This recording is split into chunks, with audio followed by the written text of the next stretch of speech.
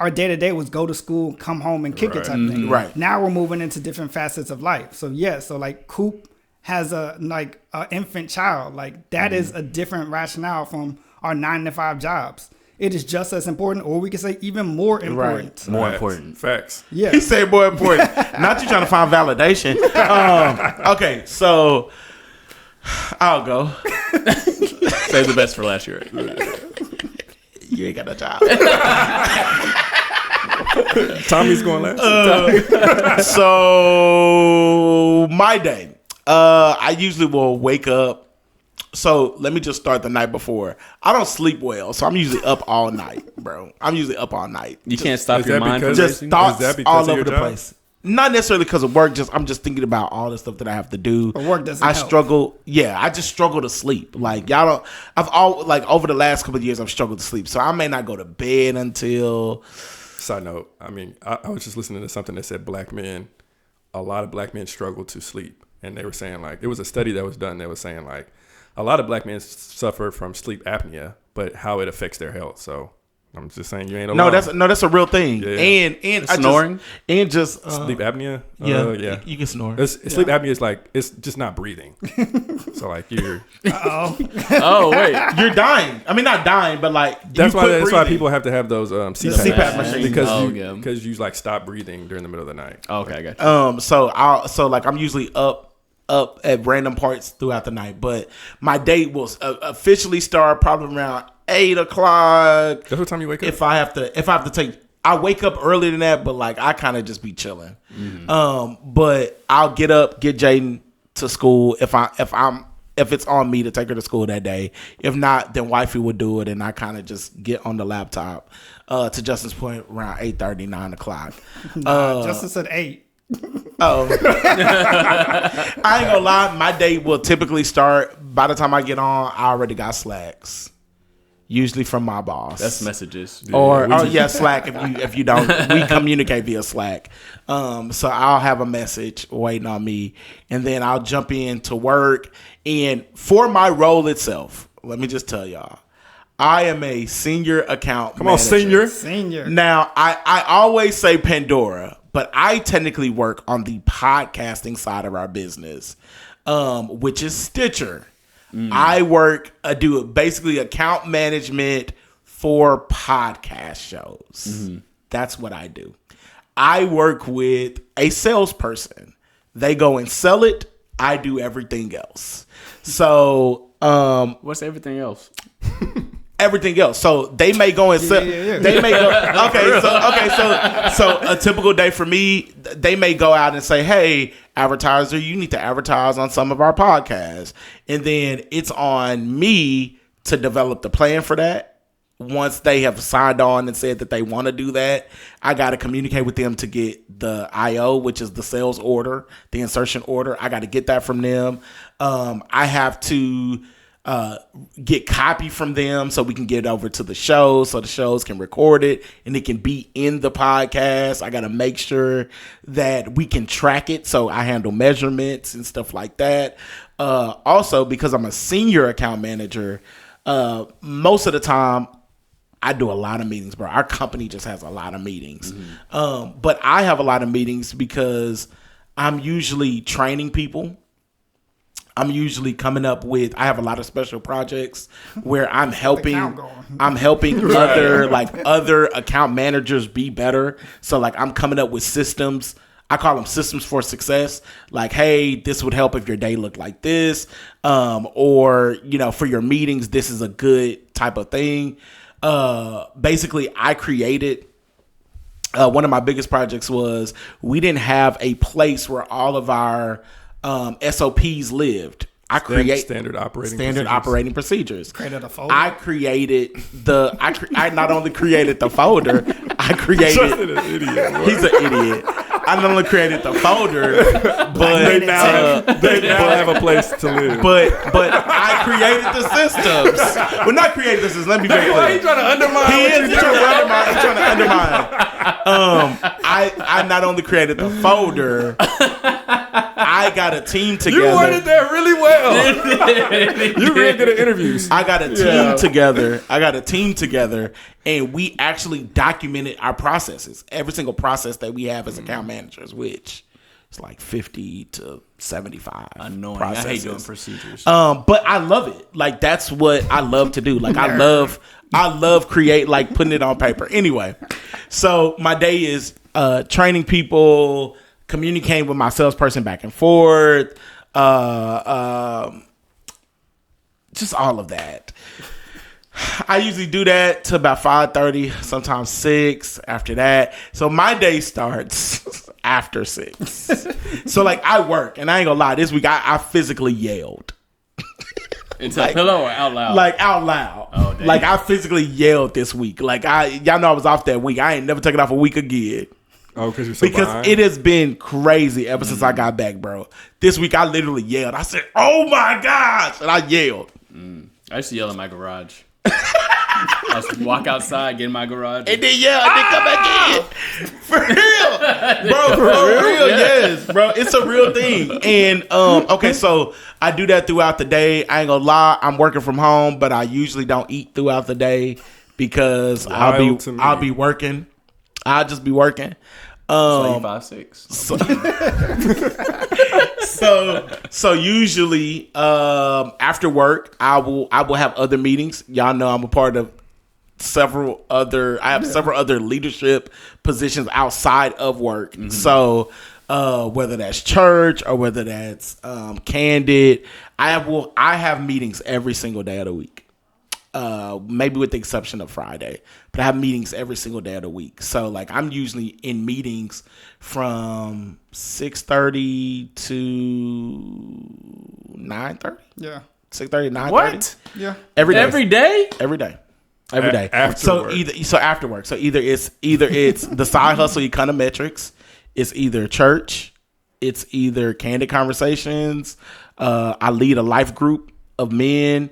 So my day is, if I'm not having an official meeting, I'm having powwows with brothers because they are struggling in an area and they want to talk through it. Like 6:30, from 6:30, 6 o'clock to 9:30 is donezo. It's a wrap. That's why I call Dontae during the day. Yeah, you call me during the day. If Justin catches me between meetings, on Tuesdays and Wednesdays, I'm in the office. So if you're trying to reach out to me Tuesdays and Wednesdays, you probably won't get me because I'm in the office. But Monday, Thursday, Friday, you can call your boy. This is why you don't have a hobby. Yeah, I don't have time. And then outside of that, by 9:30, that's usually when I have time to eat. Are you obsessed with work? I'm not obsessed with work. Why you do so much? It's a lot. I'm B team. Nah. So you know what it is? You know what it is? So also, I left this out. My boss trusts me a lot with projects. So I meet a lot with my boss because she'll just be like, let me run something by you. Sounds like 18 material. Or, I'm 18 at work. Let me not lie. So at work, I'm usually navigating that. But then after work, like I said, it's either all those other responsibilities. 9:30, I'll eat. Jane gets off work at 10. I'll go pick up Jaden. She'll come in. We'll try to debrief about her day. At this time, it's 10:30. Wife and I will try to get some quality time in, like watch a show or like just kind of chill for a little bit. But then Olivia is like, I'm going to bed. And then I will be up for a couple more hours. And then I'll lay my head down. And I wake up and do it all again. You don't have any hair. That's why I don't have none. I'm stressed. That's a lot, Dontae. Yeah, bro. So I see why you don't hang out with us that often. Yes, but I've been actually doing better. I've been coming over here during times where I'm supposed to be doing other stuff. You hide? This is your hideout? I mean, but you gotta do something what? for you. I should. And you know what? But I came over here and I laughed. I was telling Justin, I came over here and I was supposed to pick something up for Coop, and I sat here and I was like, dang, bro, I done sat here with Coop and I didn't get something done that I need to get done. So then I moved it to another. It just becomes a whole rolling thing. Dang, bro. I wish you could just have a day to yourself. I mean, he had a week, but 1 week out the year. Yeah, but I mean, that's everything truncated into like this short time. But like, but you need throughout the year. These are great conversations. Yeah. So when people, if you reach out to me 9 times out of 10, it's hard because my day is already structured before I even wake up. If you call me randomly 9 times out of 10, I may not be able to answer. He's not gonna answer. I ain't gonna lie. So really what I'm saying is, if you feel like I've been a bad friend, I apologize. But it's because I'm usually always running from meeting to meeting or work to meetings and all that. I'm not gonna answer either, but it's because my phone's on silent at all times. Why? It just is. Yeah. So Coop. was protecting his peace. So Coop. I keep my phone on silent. Now that you're a full-time dad, what has your day look like? And do you miss working? Bro, I've come to the conclusion it's been very hard for me not to start working Because it's only been what, two weeks? I don't count. I think it's only been like 2 weeks. I don't know how long. It all runs together. I think it's been like a month, bro. It ain't been no month. I have no idea. I have no concept. Maybe it of has. time. Because never mind. You know what? We don't.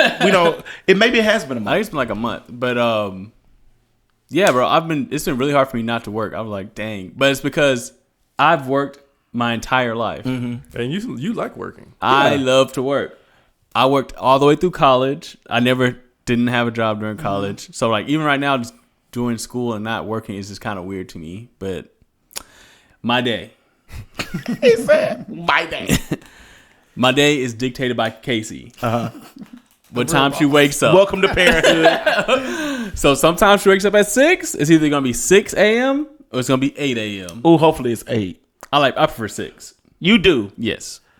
If she wakes up at 6, we get up, we do our workout. So she has low muscle tone, so she has like a lot of therapy and stuff she has to do. So I give her little workouts, stretch her, we do tummy time, get her rolling and stuff like You that. are like a dad. Yeah, that's why I feel like this Oh is my important. god! What do you think I be doing this time? I'm so proud of We you, over here making breakfast and Coop is doing muscle therapy. bro. I'm so proud of you. He ain't even got past the morning routine. And I'm already like, bro, I'm so proud of you. So we do that for after 6, we do it from 6 to 7:30, and then she has a nurse that actually comes to the house to take care of her at 8. So I'm free from 8 to 4, but I have to get one thing done for wife every day. So that thing could be a little thing or it could be a big thing. A little honeydew project. Yes, honeydew project. So the other day I had to fix our closet lights, and it's the hard lights, like the laminate lights that's hard to put in. Took me a little while. But you got it. But I did it, yeah. So I try to either go to the gym or I do depending on the difficulty level, do my honeydew list thing. If it's gonna be an hour or all day. Right. And so then I have to make sure that the Casey's nurse has her food because of a special formula I have to make. So I make sure she has her food, check in with her, make sure everything's good. Then I try to come back and do my schoolwork, or I'm on LinkedIn. Because you're in school for what? Be a data analyst. Data analyst. Yeah, Okay. it's coding. I can do a lot of things, but that's pretty much what I'm. I'm glad we're talking about this. Coop in school for human resources. They going back for marketing. Coop in school for biology. Yeah. Marine. You can do a lot of different. You know them? It's ultimately coding right now. Yeah. But Okay, I'm okay. leaning towards being a data analyst. But so I do my schoolwork, which takes a long time. You be having to I just feel like that's a I lot. have to code. Coop be using ChatGPT. Don't let him. Yeah. Don't let him fool you. I didn't even know what that was till my teacher told me about it. But it takes a long time because you have to problem solve and you're coding. Yeah, and you have if it's like a problem, you got to figure out where the problem is in the code. Every line of code matters. Bruh, and it gets frustrating. So it takes a long time. After that, you're just playing a video game, probably cook lunch, dinner, whatever. And then I have Casey at 4. So from 4 to 11, when she goes to sleep, I'm with Casey. She eats every hour. So I have to feed her every hour. She has a bad reflux, so she throws up a lot. So I can't really, in between that time, I really can't do anything else. I'm with her the entire time. Yeah. And then we put her to sleep and then start over again the next day. So you know what? I actually was over here for a couple hours this week, and I said, dang, bro, y'all do a lot as parents. This was the first time. Normally when we're over here, we're kind of in the room recording the podcast, and usually either your parents are here or Key's parents are here, and I don't necessarily see y'all parent because we're in the room recording. But I was here and just watching Key and Coop parent, and And Casey was having a very fussy day. I said, Uncle, I ain't never seen you act like this. She has a lot of opinions. Like, she was like giving attitude. Wonder where she get that from. Yeah, she was giving attitude, bro. And so, like, even y'all just trying to navigate, like, feeding every hour. And then you got a burper. And then, like, it's just all these different things. I was like, dang, bro. And we were just sitting there talking. They were just going through it like it was normal. And not even that. I mean, like, even when we were be recording for the pod, like, Coop be having to do a lot of stuff in between. Yeah. You know, before, after, that whole time. If you spend an extended amount of time here, like, you see, like, all that it a lot of requires. energy. Yeah. A lot of energy. And then even the fact that I have to stay up to 11 to set up her overnight stuff. So she has to eat overnight because she has a G-tube just to get her more calories because she's a little bit underweight. I go to sleep early. So, like, if Casey were to go to sleep at, like, 8:30, I'll be asleep at 9 type person. Yeah. So staying up those extra 2 hours. Oh, that's rough on you. It makes me tired. I'm a morning person. The later it gets in the day, the grumpier I am, the less personable I am to people. Like, I want to be in my bed like 9:30 and I want to be asleep at 10 and then wake up at like 5 or 6 in the morning. That's my most productive self.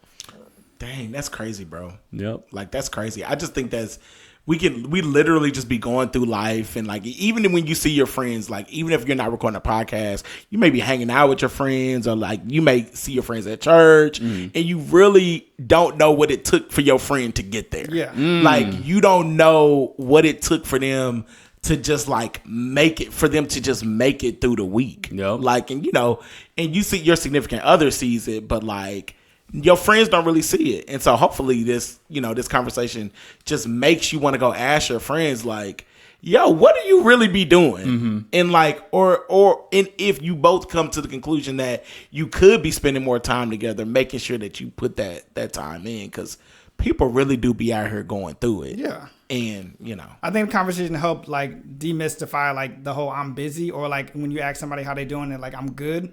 Like, good is always going to be relative and subjective. And it's like, what do you actually do? Like, what context do I have to understand like what good really happens? Like, for JJ, good might be like, hey, I didn't have half the meetings I have to do, or like students were actually on a decent mental plane this week. You know, for Dontae, hey, one of my accounts was really successful. Like, or one of my meetings got canceled. Yeah, one of the meetings got at work or after work. Great. Bro, it'd be like a kid getting out of school early. Yeah. Because then you can recoup that time. But, bro, you going through the whole day and you ain't spend no time for yourself. Right. Like, so how are you even just navigating that? And I think that's what we don't talk about as adults, of like just talking about like just making sure that you're not only doing what you need to do, but like spending time for yourself. That's why everybody be walking around here mad and unhappy. I'm happy. Yeah. Me too. Yay. So you're saying this is a safe space to talk about what's going on with us? Yeah. Okay. Hopefully. Are you just saying that, or do you mean it? No, I'm talking about it. For real.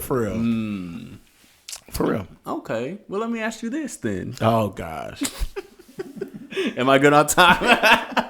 Okay. Let me ask you this. So, you know, I'm a stay-at-home dad. And I say I've been struggling not to want to go back to work. Right. I think that it has something to do, like, I know helping around the house is valuable, but I think it has something to do with me always wanting to be, I don't know if the word, I feel like asset is too close to like slavery. No, asset isn't close to slavery. Like, you just want to be an addition. Like, you want to add bring to something. You want to bring value. Bring value. Feel needed. And maybe I've put too much value in money in as far as worth, or I don't know how to say it. I want to bring money. Yeah. Everything else is hard. Yeah.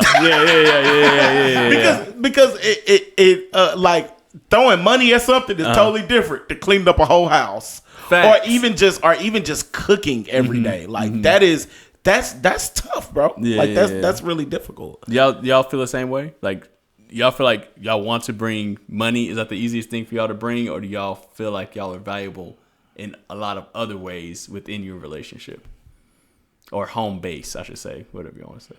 I would personally prefer insight and knowledge. Like if I can just present that, if that's my daily, like I just get drops of knowledge on you. I ain't trying to get money. I ain't trying to get time. But I get some have insight. no real desires to work.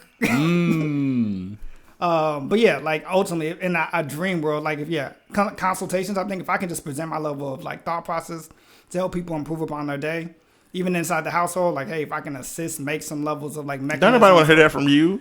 So you would be okay. You would be happy, perfectly happy as a stay-at-home dad. Yeah, definitely. I ain't gonna lie. That's what I always saw myself as. But you didn't want your wife to be the breadwinner. I know it was a problem for me, but I also the older I get, bro, and the more like I just kind of see where the world is going. I want to have a lot, if Olivia and I do end up having more kids, I want to have a lot more I want to have FaceTime with our children, because I just want to be able to impart a different level of just kind of wisdom, and I think it's hard to do that if you're working all day. Big facts. And so if Olivia didn't, because at that time also Olivia wanted to be vice president of marketing for a company. Right. So I had already prepared in my mind. Olivia been telling me this since we met. In my mind, I'm like, oh, I'm finna marry a boss. And for the most part, Olivia gonna be working, traveling, doing all this. And I'm not trusting our kids to be raised by somebody else. You know what I'm saying? Right. So I had kind of made up in my mind that like, okay, I need to probably err on the side of like entrepreneurship so I could be home with the kids. Since then things have changed, but how the turntables. So you're talking about like you wanting to, it's easier for you to throw, to give money than I'm not gonna, it's easier to do. Is that what you're saying? Yeah. Like I think I guess it's my idea of myself. What did I hear this? Never mind. It left me. But the idea, the idea of yourself is how I vision myself. It's like, okay, I guess how you picture yourself is very important. So like when I'm watching The Sopranos, I'm Tony. You know what I'm saying? I'm not looking at I'm looking at myself as this guy. I'm looking at myself as this guy. Yeah. And now currently Tony wouldn't be. Tony would be nurturing his children. You know what I'm saying? I guess it's how I view myself. So it's just very different. It looks very different than how I naturally see than what myself. you thought you would be doing. But I think that the role is the most important. Oh yeah, definitely. Like you're at home, you're with y'all's daughter. I think for as men though, it could be difficult for us to operate in that simply because we're taught that for the most part we should be breadwinners and we should be the ones out here working. And I even think with women, I think women on the opposite side of that find it difficult too because they're taught that they should be the homemaker. So then for them it's difficult to navigate being a homemaker but also working 40 hours a week. Right. Ain't nobody trying to work 40 hours a week and be a homemaker. No.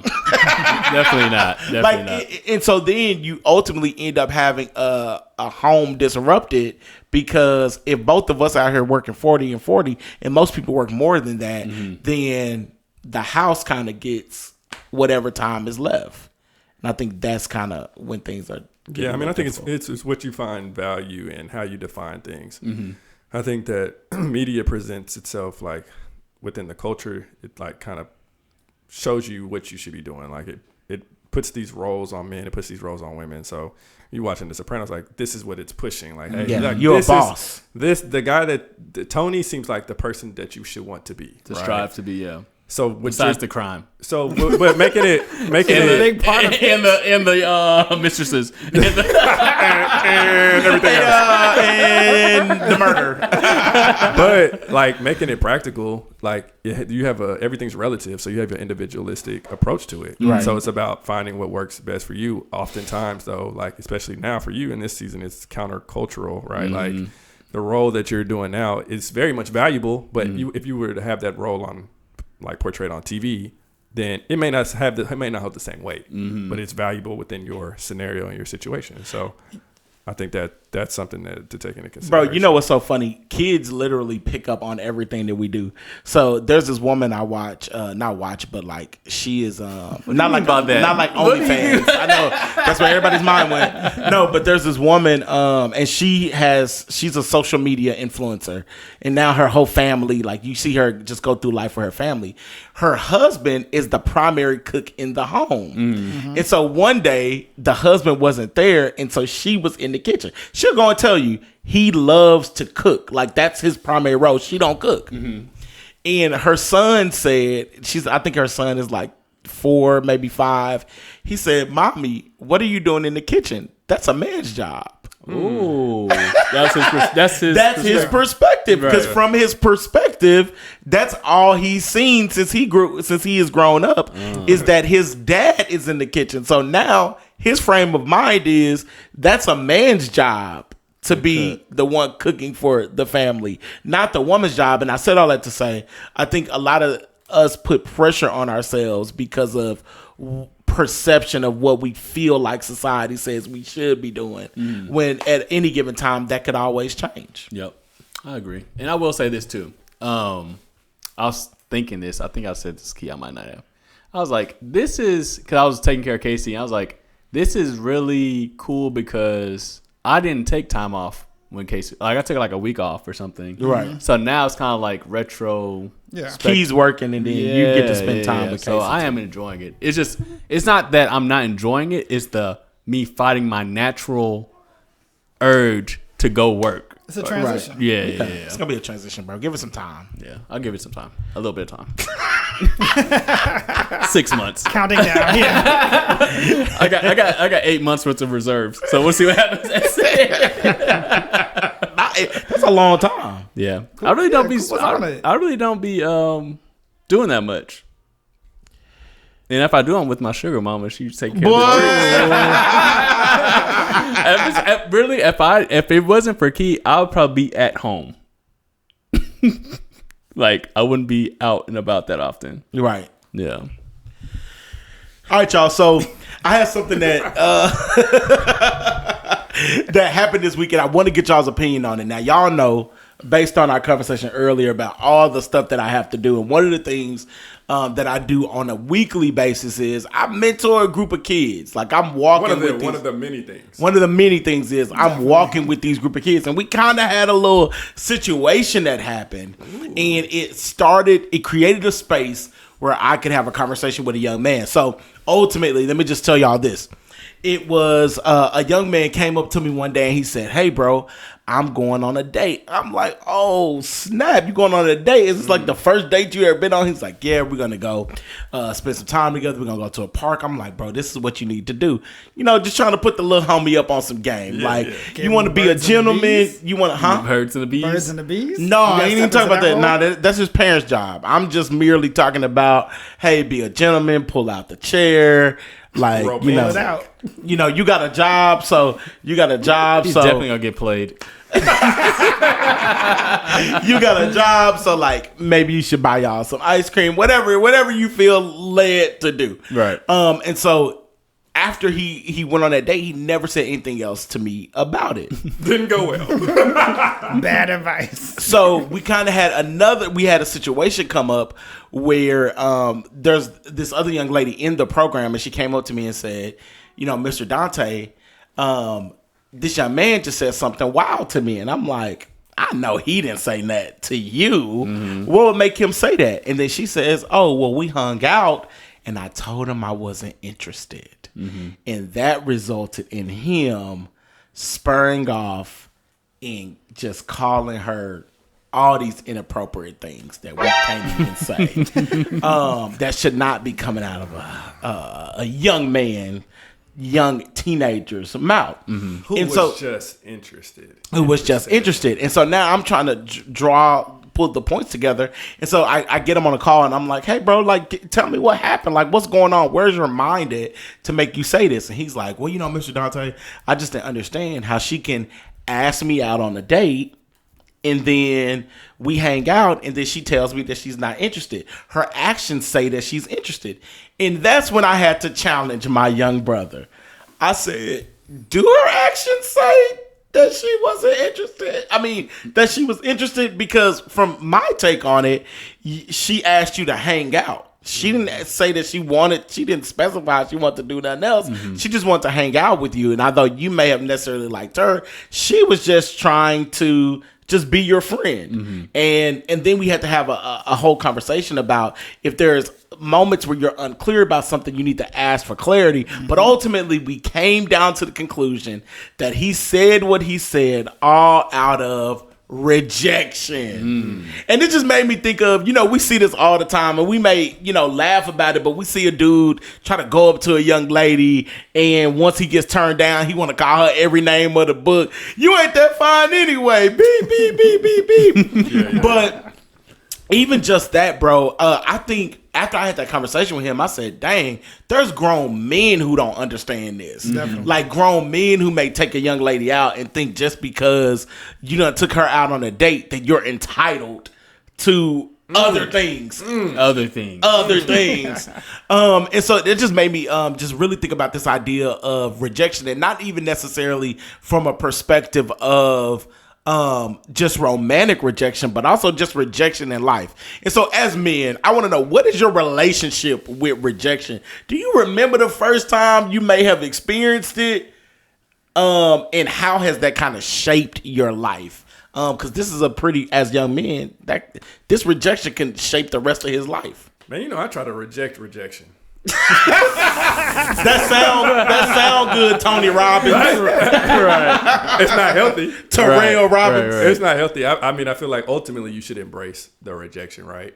But I feel like as a man, and me personally, like I don't like rejection. Is it an ego thing? There's pride there. Definitely pride. I think that to answer your question, I can recall like being younger and being rejected and how it shaped my trajectory. Because I can remember being rejected when I was younger. I can remember being rejected by girls when I was younger. I remember being rejected. Nah, girl, he lame. Is that why? Yeah. So that's a good point, right? Why do you say that? I'm just asking. But no. Why else would a girl reject you? Why lame though? I don't think you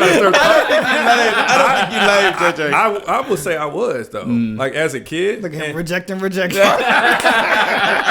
No, but like from a stereotypical standpoint, like I was like a honor roll student. I went to church.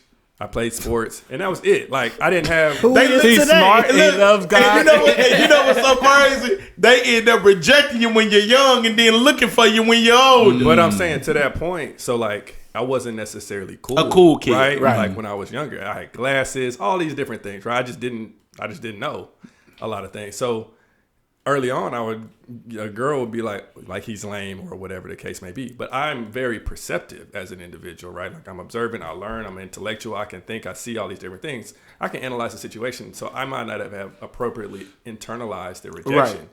I saw this is what I'm getting rejected for, but I see what's getting accepted, and I know how to maneuver and navigate to get accepted. So then what happens is I'll end up molding or adjusting who I am to get accepted. Right. So like that shaped me early on to be like, I figured out how to move in different scenarios or different settings to get the acceptance, and I'm looking for the approval. Right. I don't want to deal with the rejection. So what do I need to do to get this approval? Right. I know how to get it from you. I know how to get it from you. I know how to get it from you. I've learned. I picked up. So like, I think that shaped me as a kid into like, how this is the best way to reject rejection is to avoid it, is to like say, all right, I know I'm just going to worry about how to get accepted. Bro, you know what's so crazy about that? I think we see so many people, boys and girls, at a young age get rejected, and you see what other people are getting accepted for, and you start to do it. And so we had like girls in school who become promiscuous because they're seeing that that's how girls get attention. And so if they're like, oh, okay, I'm kind of like the nerdy girl and I'm not necessarily getting acceptance like that, then they start to morph into this other type of young lady because they see that that's where attention goes. And then even for guys, like with guys, even on the basic level, as a young man, you may see the cool kids, how they talk about other girls, or like in the language that they use, like whether that's calling them out their name, or like just calling out all kind of things, or even just the things that they do, smoking, drinking, like all of these things. And now you're starting to do these things because of rejection and you not wanting to feel rejection. That's a good point. Can y'all remember, KJB, Coop, can y'all remember like a point in your life as men where you were maybe rejected and it kind of set the trajectory for, not maybe for your life, but kind of left a lasting impression on you? Or had an impact on you? Yeah, I'll say impact wise, early on, I remember, and also might be my level of just kind of categorizing rejection. I remember being rejected for things that I couldn't control. So like height, skin color type of thing, because I've always been dark. Athleticism. That like was a big one. Yeah, definitely. And you grew up in the suburbs, huh? Yeah. Oh, you go back in the day. Yeah. That's all kids. Suburbs, private school type thing. So it's like, hey, no, I'm always the darkest one. Right. But I think for me, a certain level of affirmation, I guess I can say from my parents type thing, is just because like these are things you can't control. Like it is what it is.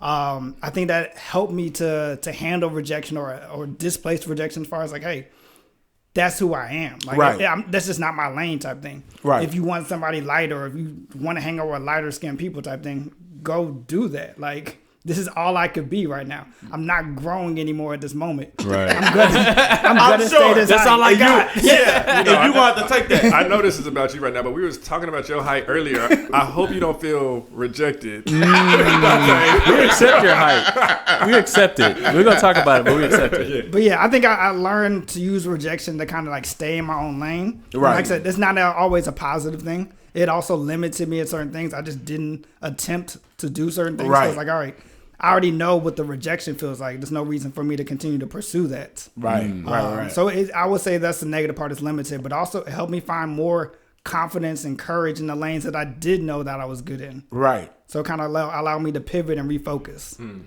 And you said that your parents, to a certain extent, were affirming you about the things that you could not change. Is that something that you came forward to them to tell them that this was happening? Like, you felt comfortable enough to be like, hey, this is what's going on at school?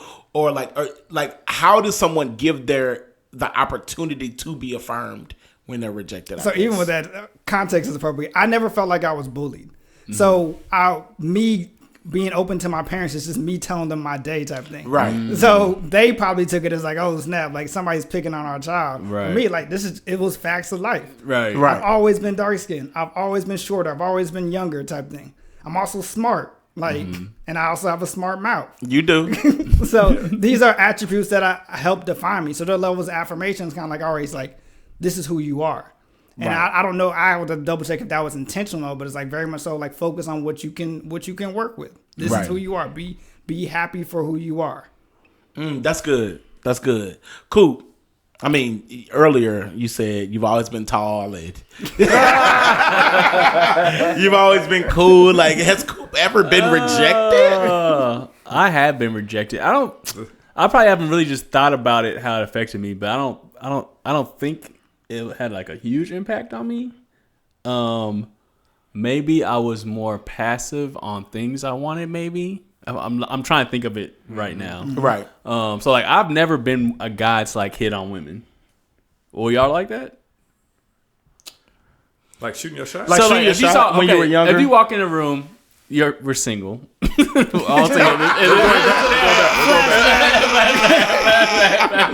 You walk into the room and I don't want to do this. usually you walk into the room and you know who the finest woman in the room is. Okay. Facts. Do you necessarily just shoot to the finest woman in the room? I can tell you what I do. Come on. Dig. Do in this situation, in this world, this fake world. I worked my way to her. Oh, okay. So you would slide on over. Yeah, eventually. Like I've peaked the scene. This must be after he got taller.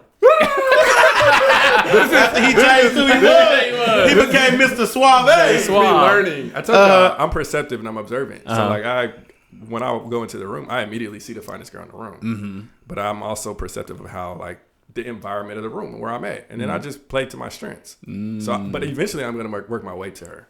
Okay.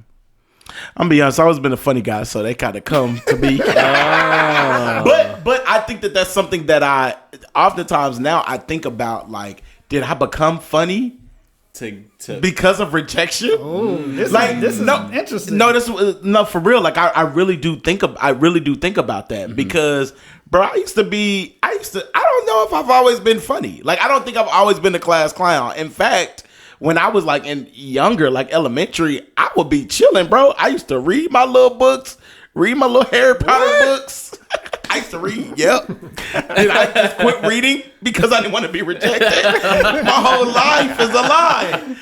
But yeah, bro, so I think I developed kind of like this personality, like this boisterous personality. And sometimes I'll be like, is this even really my personality? So you're I don't necessarily do. I mean, I was never the type of person to do that. Like, I would more so have to be chose, and there's probably a lot of things. So players get chose. They gotta choose me. Did you ever? You know what? Let me go to KJB, and then we're gonna circle back to. Okay, I mean, I'm now as we're talking through levels of like rejection, I'm closer than Coop, like closer to Coop type thing, like. I wouldn't necessarily beeline for like the most attractive person in the room type thing because also for one, I know there's people who are more qualified than me. Right. That's what it is. So for me, my level of perception is I'm going to pursue the room or peruse the room and see who I know is giving me attention. Okay. At that point, and then you're gonna work with that. Yes. Okay. So it's level setting. Yes. I stay in my lane. Yes. Oh, but is that you staying in your lane? Because look, I was talking to a younger homie, and I know what younger homie's type is. We've talked about his type. Right. That's never who he dates because he always dates who comes to him. Settling. Not is it settling? No, so wait a minute. No. So that no. Who's younger homie? No, so I ain't young no more. No. So I wanted to bring that up because I think for a lot of people, because of rejection, you could end up settling, and it ain't even just like from romance. It could be you settling for the people that you're hanging around. It could be you settling at the job that you're at. It can go across. It can go across the board. But we were having a conversation about. I've heard him talk about these type of women that he likes, but he never ends up with them, and he always ends up with a different type of woman. And I challenged him and said, "Well, bro, you like this type of woman, but you may not feel like you can get that type of woman, so you just settle for what you." But you said it may not be settling though. I'm saying it could be settling. It might be a safety thing also, cause depending on what type of woman he likes. But I mean, that's part He might have dreams of grandeur. Yeah. Well, I could say personally, like I said, I never necessarily chased after the specific, like the finest woman in the room. But I will say this: I didn't catch everything that came to me. So you still had you were selective. I was selective. So like if it was just somebody that I wasn't necessarily interested in, I wasn't just gonna entertain them because they chose me. Every woman that I did end up talking to, you wanted her. I wanted them to. Okay. Yeah. Okay. Yeah. Nah, bro. I just think this whole idea of rejection, because it is, whether you believe it or not, that pivotal moment that happened in my mentee's life. Like this moment right now is like 15 years old, could literally set the standard for the rest of his life. And as we sit here and talk about, I think we all just had that revelation. Yeah. After we sit here and talk about, so it's almost like, are you living the life that you were supposed to live? Also, I think there's like, so this, for Coop example, it may be more so a matter of just delivery. It may be a matter of like your approach or your preference with how you're talking with and how you're engaging with the woman, right? So that may not necessarily be 100% attributed to rejection, but it spurred a different thought. Like we're talking from a chase or getting chose perspective, but like how has that showcased outside of like just the romance? Like does that rejection impact you across the board? Like has that impacted you in your career or like choosing the career that you've chosen or like the school that you wanted to go to or some of those life decisions? Does rejection play a factor in that, or is rejection yeah. You get what I'm saying? How truthful do I want to be here? How transparent do you want to be, Coop? Because we can talk about settling in a relationship, but you can settle for a job. You can settle in a lot of different ways because of rejection. Go on, Coop. Take it, Coop, because I don't want to cry on the podcast. I would say, I don't know if this answers your question, but I'm just trying to think through this question in real time. I think that my main issue is, and me and JJ, I always attribute it back to hooping. We hooped on the same team, like AAU team, right? But then we broke away from hooping, and I want to assume you were the best player on your team once we broke away. Yes. I was not. I didn't have a chance to be. Like, it could never happen type thing. So I played on a team with the number one player in the state. Yeah. And he was like number 10 in the nation or something like that. Dang, that's crazy. Right? Mm-hmm. But then also I have an older brother. And my other older brother is a stud. Like, he was dunking in 6th grade type thing. Right. So I've always been like... Meanwhile, I wasn't even 5 foot. I've always been like around people that I could never reach their level necessarily, but I could always do my best type thing. Right. So it wasn't even a thought in my mind to be the best. You know what I'm saying? Yeah. So I don't know if that relates to rejection or not going after the number one spot, not going after the hottest girl in the room or whatever, because that's never been my role in life. Bro, that's crazy. That's crazy. Just that thought pattern, because, bro, I can remember distinct situations where. And most of them come like from a career perspective, bro. You can't tell me. When I was in college, I just knew I was going to be like a music DJ, but not like a like not turntables, not turntables, but more like a personality, like on MTV or like BET or something. I'll never forget. I always wanted to. I saw Free and AJ, and I was like, nah, I'm finna be Free and AJ. 106 in Park? I'm finna be on 106 in Park. Like, I'm finna be Free and AJ. And I'll never forget, bro. Y'all know that picture of me with that green jacket on? Yeah. So I took that. My name used to be D-Rob on the radio. D-Rob? I took that because Revolt was having some type of we're looking for hosts type of deal on Revolt. But you were supposed to post your photo, and then I don't even know if this is like a real competition, but post your photo. You're supposed to post a reel of you hosting something and all this. I took the photos, but I didn't do it.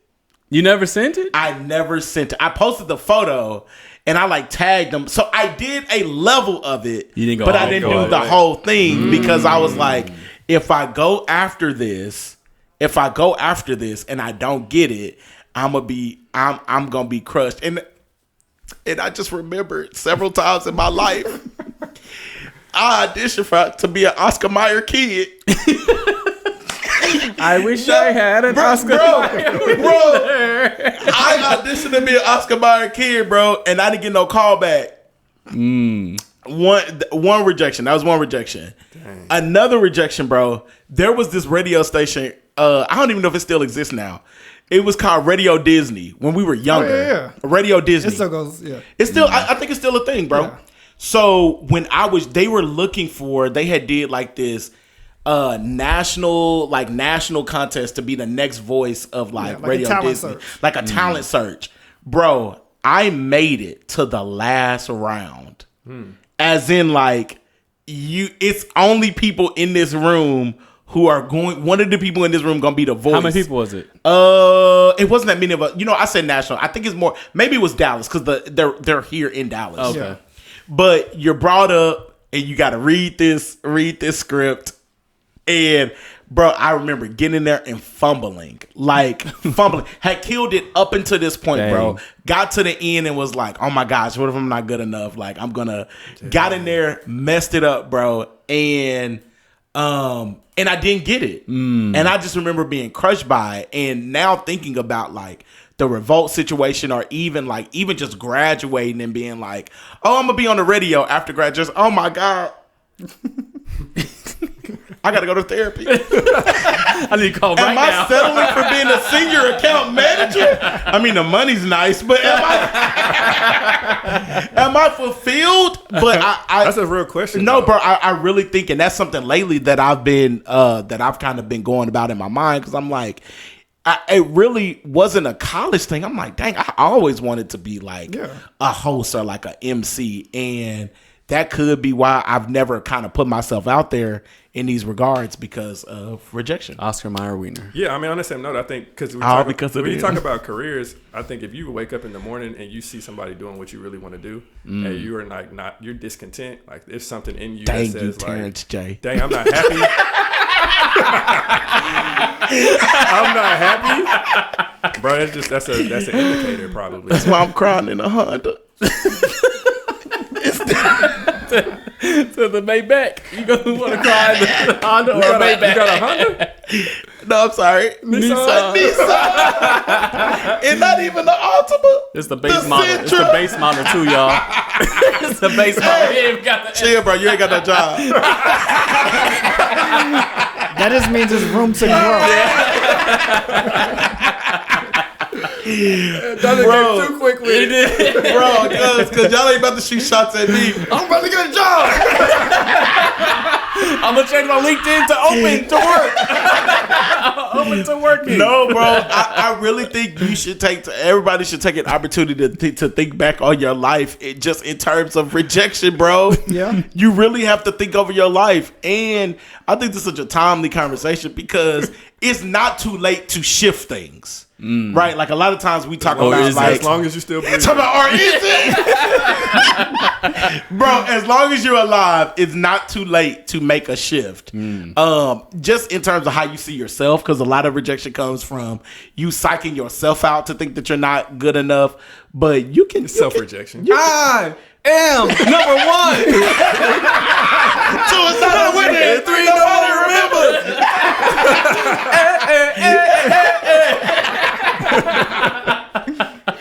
Bro, it's not too late. It's not. It's not too late for you to even Number one stunner.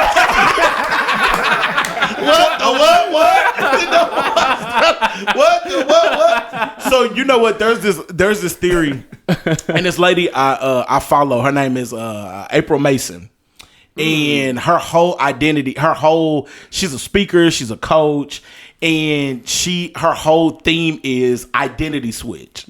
And she has a pretty incredible story about how her kids found themselves in a homeless shelter, and they went from like homeless shelter to homeless shelter, and then they end up in like an away home, and then how she always just wanted more for her. She always just wanted more for her life. And so I was dark, but we was living good. But her whole idea is that at any given point you can make an identity switch, and so she switched it. She switched it later. Clear as day. This in 2023. She switched it later. I'ma let that slide. Hey y'all, he think like J.K. Rowling. JJ Rowling. Chill. That's okay. He didn't read. Now book 5 through 8 or 7. Anyway, but she changed who she was. Like, in a lot of times we talk about people like changing like it's a negative thing, but she literally said one day she wrote down who she wanted to be, and she made sure that her actions aligned with the person that she wanted to be, and she did an identity switch. And some of her family and friends were like, "What are you talking about? You don't act like this." And she was like, "It's okay at any given point to change and to pivot into who you want to be." Yeah, I think that's a fair point. JJ mentioned as far as like rejection.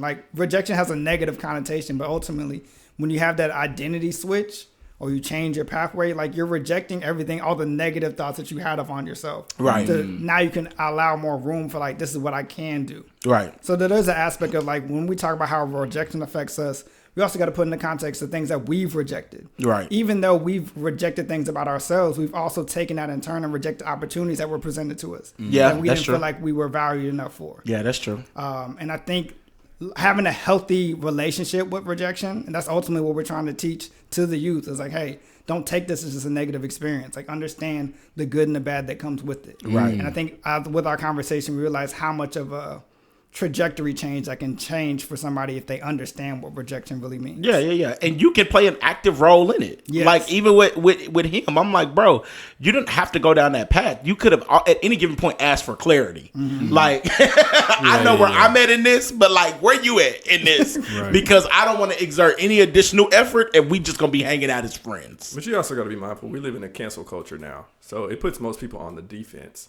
already. That's true. Off the rip, you're on defense if you get rejected, and you got to now rebuttal. But I think you got to take time, take a step back, and like lean into the rejection. Yeah. Because when you lean into the rejection, essentially you're not letting the rejection define you, right? Like it doesn't determine your identity, but you can take the information from rejection to make it applicable to how you can grow or learn. And you use the information from the rejection for your benefit. Yep. Right. Just don't let it define you. What's up? I always say that I do stuff just to get good. I never do stuff to be the best. Oh, you've been over here limiting yourself. Oh my gosh. We unraveling. Who am I? No, better question. Who could you be?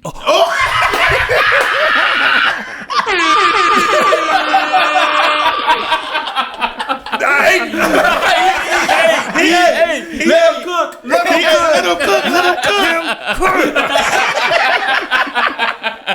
Hey, bro, people used to, RIP to Kevin Samuels. People used to give Kevin Samuels a bad rep, but that's ultimately what he would be talking about. Like, if you don't, you asking from somebody that you're not even giving, he ain't saying it ain't possible. He's saying go and rise up to that level. And even when he used to talk to young men, when young men would call in, he would really be getting on men like, way hey, harder. bro, yeah, you broke. You could change that. Yep. Like, these are things that you dressing better can change that. Yep. So, yeah, bro, I just wanted to talk about this idea of rejection, because whether you realize it or not, those things that happen when you're younger can literally become the viewpoint and the focal point for how you see the rest of your life. And for us as people in our 30s, I think we're now starting to realize that, but then also understanding that it's not too late to go after what you want to do. Career-wise, it's not too late to become the type of person that attracts the type of people that you want to attract. It's not too late for that either. They ain't too good for you. Bill Gates, I'm on your ass, boy. That's what I'm talking about, right? Yes, come on your ass, boy. That just got me so lit. That just got me so lit. And at the very least, we go die trying. So, fellas, we talking a lot about rejection. Yeah. It also stirs up, different things internally within us. Yeah. There was something I was listening to earlier this week, right? I want to bring it to y'all because as I was listening, it made me think about how I internalize affection for my friends, right? So kind of context, I don't know, do y'all want to try to play the clip on here? Yeah. Okay. Let's play the clip. Okay. Put it on the mic. Let's play the clip right now. Yeah. Best way I've been able to describe this man is as a brother, but not just a brother, a twin brother. I truly believe we were shaped in the same womb spiritually, and our connection was providential. This is a man that I cannot live without. This is a man that I am completely in love with. I can say that in the most secure form of my manhood, that I am in love with another man beside Jesus, and it would be James Preston Morrison. I don't know if you wanted me to say your first name, but it's out there now. But this is my guest, and if you ever want a full context of me, you'll never get it exclusively from me. You would need to have this man in the room, because this man literally completes me. Now tell them where that's from. Yeah. So I'm gonna give context. So this is a podcast I listen to called The Basement. It's with Tim Ross, right? Phenomenal podcast. I love the podcast. And even this episode, that's a clip of this episode. But this is how the episode started. He's introducing his best friend. So the context is like he's introducing his best friend, who he says is his twin. He's honoring him. He's giving him his affection as they're about to start the podcast. Right. They continue on the podcast and they talk about like their relationship, but just like the level of intimacy that they have, like the closeness, the affection that they have for one another. So the context of that clip at the beginning of it was a little bit difficult for me to receive off the rip, just because I'm like, that's not the language that I use when I refer to my friends, right? Especially my male friends, right? Yeah. Like that's not language I use. That's not the affection that I use. As I continued the podcast, I got context and I can understand. Like the podcast blessed me for sure, and it gave me a lot more context to their relationship and their dynamic, and seeing it from that lens. But when I was listening to it, like the clip that I just played. Was a little unnerving. A little jarring. Yeah, a little jarring. Just because, like, to reference another man and say, like, I've never, like, to say I'm in love with another man. It's just not a language that we use. He completes me in that way, right? And so I wanted to know if I'm tripping in that. But also another thought that I had with it was, has society just done that poor of a job of, like, perverting love and making it sexual in nature? Right. So that way you can't even show affection for another man because it's now perverted in a sexual way versus just the affection that you have for one another. Right. Like, so what's y'all's? First little question. Were you listening to this on speaker or was this in your ears? It was on speaker. Yeah, because you listen to that in your ears, he completes me. JJ probably pulled out the earbuds. Oh, I know what you're about to say. Whoa. See, and you're the part of the problem. And you know what? And you're part of the problem. I apologize. That's why it has been perverted. Bro, I'll just say this. When I just listened to it, he did a lot. Can we all acknowledge that? I think we can agree that the language was a little. It was a little bit. Yeah, it was a lot. It was a lot. I do respect it though, because usually people, especially guys, don't do stuff like that unless they're drunk. That is actually very true. That is actually very true, because when we're drunk, we don't mind being I love you, bro. I love you, bro. I love you. We'll hug. We'll hug. No, for real. No, for real. You're not hearing me. I love you, bro. Bro, did you have some of the hardest people out here? Yeah. Did you even have a childhood if you didn't get drunk and profess your love for your homeboys? Bro, you know what's so funny? I'll never forget my graduation night, and I was in my feelings, and I was just going around telling everybody, I love you, bro. Yeah. I love you. You was lit? I'm so lit. Were you drunk? Yeah, I was. Crying too. I was crying, talking about nobody expected me to get here. That was like your Grammy speech. Yeah, but I do, to your point, JJ, not to take away from that. Yeah. I do think, to your point, that we have made all things love perverted. And so when you hear somebody say like, oh, this person completes me, and when you like, I'm in love with this person, we automatically think of like in love and completes in like a romantic perspective, meaning that like, yo, that's how you're only supposed to feel about somebody who you are intimate with, like your wife. I your like husband, intimate. You don't like intimate. intimate? I think intimate, Because intimacy doesn't necessarily mean sex either. I think doesn't. you specifically have to say sexual, like have a sexual relationship with. Intimacy is just closeness. Yes. Like But I do think, and this is this is where I think it's hard for us as black men to kind of rationalize when another male says that about another male, is that's just not vernacular that we use to talk about our friends. I think we talk about our friends like that, but we don't use that language. Like love is a lot. Yeah, so I think the language is what's throwing people off. Do you think it's the language, or is it the emotional part of it as well? I think it's the connotation. We don't use that language because of what the the connotation of the language insinuates. Right. It's a little bit more palatable to be like, oh, I love you, bro. Like, hey, bro, you know, everything You you gotta did add for the me. bro at the end also. Or even just saying like, or just even if you give context to something, or even if you don't give context and you're just like, hey, bro, like, you're a real one. I appreciate you. I love you. I got nothing but love for you. These type of things, like, it's a little bit easier to digest. But when you make a statement that has a connotation that says, like, I'm in love with you now, the insinuation of the connotation of that statement is taking it to another level. Right. Which is what I think that they were trying to do, is showcase, like, this isn't just a regular relationship. This is my best friend, and this is the affection that I have for him. Right. It's only perverted when you look at it from the sexual lens. Yeah. But outside of that, it's just an affection. Like, bro, like, you're just saying you mean a lot to me. I'm just thinking about what Justin said earlier. What? Yeah, it's just, the test to know. you weren't in here.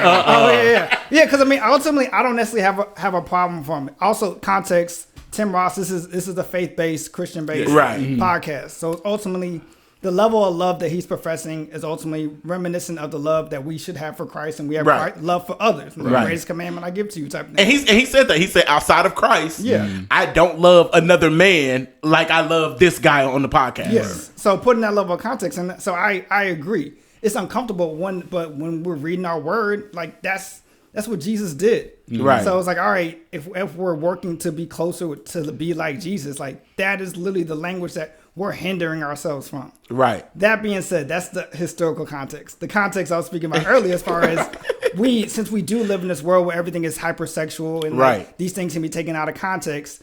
A lot of us have that negative connotation to say that we love each other or like we love like another guy type thing because we don't want to be labeled as homosexual. Right. And that's something that's become more of a generic term as far as just a label without any real application behind it. Right. And to Tim Ross's point, also my point as well, I've become so comfortable with my sexuality that I don't have a problem saying that because I know I'm not homosexual. Right. When I say I love you, bro, my balls do not tingle. There's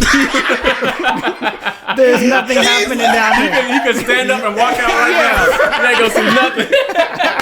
Ain't no tuck up, nothing. You good over here. I love you, bro. It's straightforward.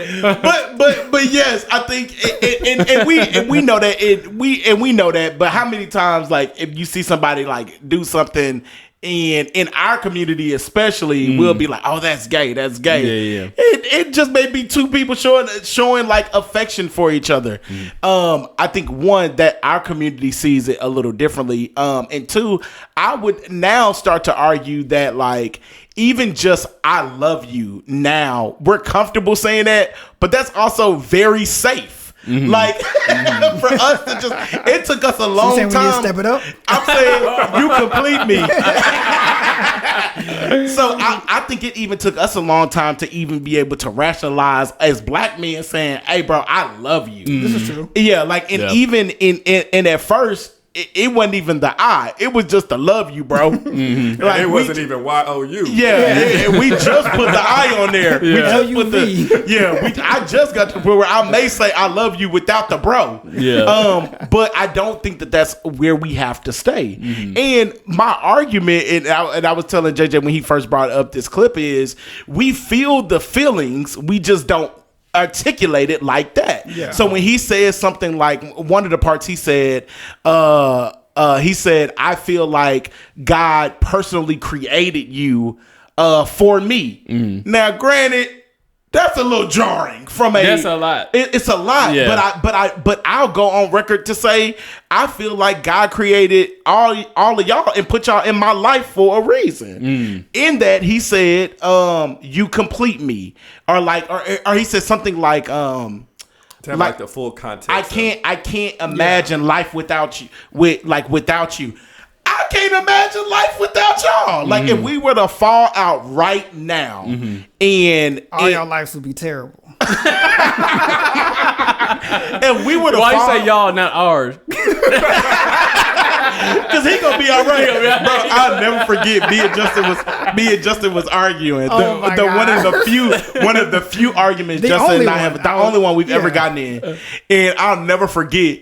It was even hard for us not to talk. So like, I'm mad at Justin, but I'm also like, that's still my like we talk all the time. Yeah. So we got on the phone and I think I ended up calling him because just as an a-hole. and he knew where we stood. But I said, let me just call this man. So I called him and I was like, we talked it through, we talked it out, and I just remember being like, yeah, bro, it was crazy that we was mad at each other. It just said, I wasn't mad at nobody. You was mad at me. But to that point, like I can't imagine life without y'all. Y'all in this room and other people in our friend group. Like I can't imagine life. So even when when he talks about like, oh, he completes me, the language is jarring, but to a certain extent, we have all shared life experiences. We've grown up together. Yes. Like there are things that, we've talked and we've dived deep. Like y'all my friends. So although the language is a lot, I think I can agree with that. The feelings are the same. Yep.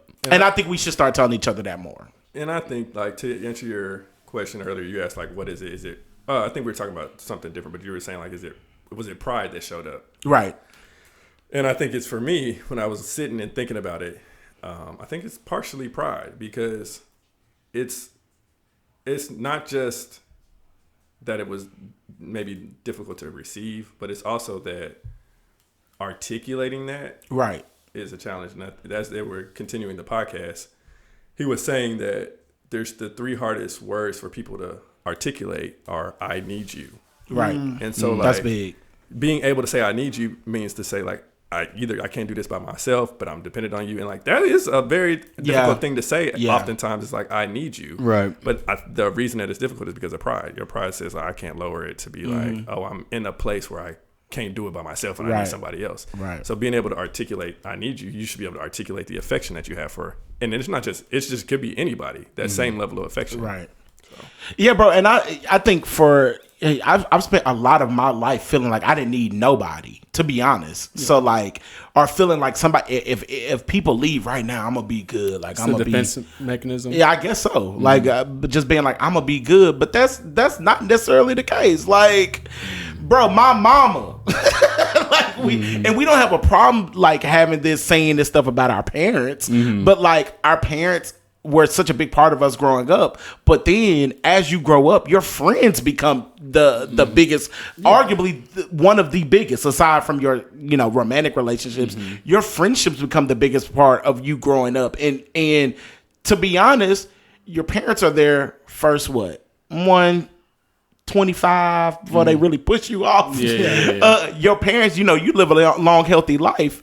Your friends are going to be there for the rest of your life. I think the problem is when you do that, you're giving the other person a certain level of power over you. There you go. That's how it's perceived. That's but true. are you really? You're allowing them in. So at that point, it's if vulnerability. There's a risk. Vulnerability. If you need me, that's a level of power that you're allowing somebody to have on you. Right. I'm not saying it's a negative thing. It's not like trust. power. It's trust. You have to trust somebody with that. Like, I'm trusting you with this information. Yeah. I'm going to share a vulnerable part of me or a sensitive part of me, and I'm saying, here, I'm trusting you with this information. Now that puts me at your liberty. Yep. So you can do with this whatever you want. Right. So there's gonna be a risk associated with it. yep. I think that's the challenge with vulnerability, though. Yeah, bro. Y'all gotta just quit. That's good. Y'all gotta just quit making everything so sexual. Yeah. Like, I think that's the other part of it is people just overly sexualize things. So we were talking about the word mama and daddy. Like, you feel like you can't call your dad daddy because now girls be over here calling they dad, calling they man daddy. So now you like, I can't call my dad daddy. Is that a Southern thing? I don't know. I feel like Southern guys, I feel like we call our dads daddy more than it's even weird that you're saying it now. Why? Well, I grew up with no dad. I say, I bet it is weird. I bet it does feel weird. I'm sure it feels extremely weird. Wow. Touche, Tommy. Touche. Hey, you the daddy now. Touche. But yeah, bro, I just think we over sexualize things. I saw a video the other day where a dad, his wife and his daughters, it's only him and all women. They were going on a trip, and the middle daughter was like, "Bye, Dad," and they hugged each other, and then they gave each other like a peck on the lips. And people were in the comments like, "Yo, it's wild that he's kissing his daughter on the lips." Like, oh my gosh, he shouldn't be doing that, and blah blah blah. And that just made me think about the idea, like y'all are seeing it as sexual. For them, it's just me showing love to my child, but y'all are making this sexual. Yeah. Y'all get on my nerves, to be honest, bro. But We decompress a lot. Yeah. I love y'all. Love you too, bro. Love y'all, I love y'all too, man. and I would not want to do life without y'all. Do I complete you though? Chill out. And on that note, It's time for the soundbite of the week. This is what we give you because we just want you to have a little bit of just inspiration, motivation to get you through the week. And so, fellas, hit us with that soundbite of the week. soundbite of the week this week is: character is who you are under pressure, not when everything is fine. Say that again. Character is who you are under pressure, not when everything is fine. Yeah, that's good because you can do. It's easy to do the right thing when everything is Copacetic. when everything is good. But do you do the right thing when that pressure starts to hit your back against the wall? I know this episode is super long, but after that, have y'all ever been under real pressure? I mean, I feel like it's been pressure to me, but it may not necessarily be pressure to somebody else. It's relative, so that's Yeah. yes. I mean, yeah, I guess. I yelled this week about work, so I guess that was pressure. You felt something. I yelled aloud. So what would make you ask that? I was wondering. I don't know if I've been under real pressure, where like my character gets challenged. Oh, like I had the opportunity to and even when you say character, bro, character is just essentially who you are when nobody's looking. I Like, thought that was integrity. is that integrity? But your integrity makes up Y'all your don't remember character. them school posters? Yeah, it's integrity, Got the but eagle. A person's character can be determined by their integrity. By the integrity, okay. So, I mean, I ain't never killed nobody. I'm sure I've stolen something, but ain't never been nothing big. So, but you know what? I would Okay, challenge from that experience, I don't think I've never been in enough pressure to have to resort to illegal measures. That's because, to answer the question, it's because you have your character. If you're under pressure and you didn't resort to illegal measures, it's because your character showed up when you were under pressure. I see what you're saying. Like, It's I had the it's who opportunity. you are.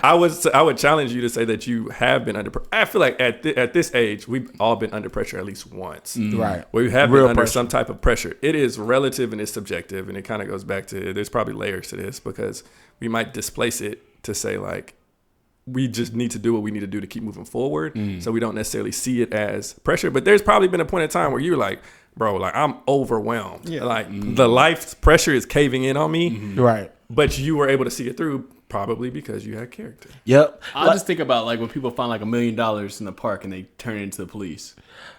My mama found 400 at Walmart and we kept it. Is her character bad? Is her character bad? Look Your at character's Dontae's character is a snitch. Yeah. And me and my mama, we were like, my mama gonna say, "Oh, this must be God." No, ma'am. There's a bank in Walmart. What if it was though?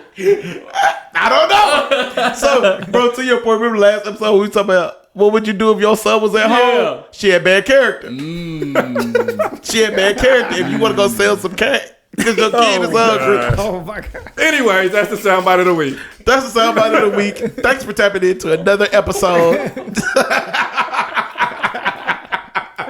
Hey guys, if you haven't already, please go and follow us on social media at the Soundboard Podcast. That's where we post the soundbite of the week. That's where we post reels and shorts from our episodes. And it's a community that we've been building over the last 2 years, and we want you to be a part of it. So please go and do that. Also, if you're listening to this and you're on Spotify or Google Podcasts or Apple Podcasts, please leave us a rating and review. That's how other people find us. And then lastly, if you haven't already, please go in, subscribe to our YouTube page, The Soundboard Podcast. We are trying to get up to 50 subs. Press the button right now. Yeah, we are trying to get up to 50 subs. Ain't and so too proud to please there. go and do that. And then while you're there, like the videos, bro. Like, come on, show us some love. Comment, like, subscribe. Okay. We're about to switch it up on y'all. Yeah. Stay tuned. Stay tuned. Hey, man, if you want to keep up with me, it's your boy Dontae. You can follow me at Dontae Speaks Life. That's Dontae Speaks Life. And this is Coop. You can follow me at thisiscoop_. This is JJ. You can follow me at _Jeremy J. However, I'm not on social. Isn't it interesting that I'm not on social and my Twitter got hacked?